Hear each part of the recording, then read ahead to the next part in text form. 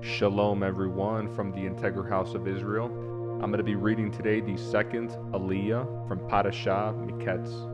I'll be reading today from the book of Genesis, chapter 41, verse 15 through 38, as well as from the book of Luke, chapter 24, verse 13 through 34. Then Pharaoh said to Joseph, I had a dream last night, and no one here can tell me what it means. But I have heard that when you hear about a dream, you can interpret it. It is beyond my power to do this, Joseph replied, but God can tell you what it means and set you at ease. So Pharaoh told Joseph his dream. In my dream, he said, I was standing on the bank of the Nile River, and I saw 7 fat, healthy cows come up out of the river and began grazing in the marsh grass. But then I saw 7 sick-looking cows, scrawny and thin, come up after them. I've never seen such sorry-looking animals in all the land of Egypt. These thin, scrawny cows ate the 7 fat cows, but afterward you wouldn't have known it, for they were still as thin and scrawny as before. Then I woke up. In my dream, I also saw 7 heads of grain, full and beautiful, growing on a single stalk. These 7 more heads of grain appeared, but these were blighted, shriveled, and withered by the east wind. And the shriveled heads swallowed the 7 healthy heads. I told these dreams to the magicians, but no one could tell me what they mean. Joseph responded, both of Pharaoh's dreams mean the same thing. God is telling Pharaoh in advance what he is about to do. The 7 healthy cows and the 7 healthy heads of grain both represent 7 years of prosperity. The 7 thin, scrawny cows that came up later and the 7 thin heads of grain withered by the east wind represent 7 years of famine. This will happen just as I have described it, for God has revealed to Pharaoh in advance what he is about to do. The next 7 years will be a period of great prosperity throughout the land of Egypt, but afterward there will be 7 years of famine, so great that all the prosperity will be forgotten in Egypt. Famine will destroy the land. This famine will be so severe that even the memory of the good years will be erased.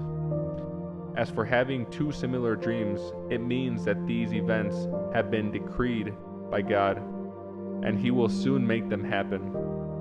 Therefore, Pharaoh should find an intelligent and wise man and put him in charge of the entire land of Egypt. Then Pharaoh should appoint supervisors over the land and let them collect 1/5 of all the crops during the 7 good years. Have them gather all the food produced in the good years that are just ahead and bring it to Pharaoh's storehouses. Store it away and guard it so that there will be food in the cities. That way there will be enough to eat when the 7 years of famine come to the land of Egypt. Otherwise, this famine will destroy the land. Joseph made ruler of Egypt. Joseph's suggestions were well received by Pharaoh and his officials. So Pharaoh asked his officials, can we find anyone else like this man so obviously filled with the Spirit of God? Next, I'll be reading from the book of Luke, chapter 24, verse 13 through 34. The walk to Emmaus. That same day, 2 of Yeshua's followers were walking to the village of Emmaus, 7 miles from Jerusalem. As they walked along, they were talking about everything that had happened. As they talked and discussed these things, Yeshua himself suddenly came and began walking with them, but God kept them from recognizing him. He asked them, what are you discussing so intently as you walk along? They stopped short, sadness written across their faces. Then one of them, Cleopas, replied, you must be the only person in Jerusalem who hasn't heard about all the things that have happened there in the last few days. What things? Yeshua asked. The things that happened to Yeshua, the man from Nazareth, they said.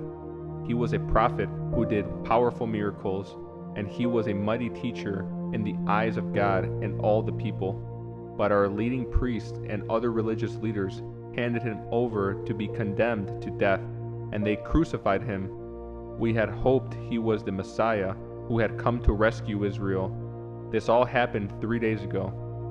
Then some women from our group of his followers were at his tomb early this morning, and they came back with an amazing report.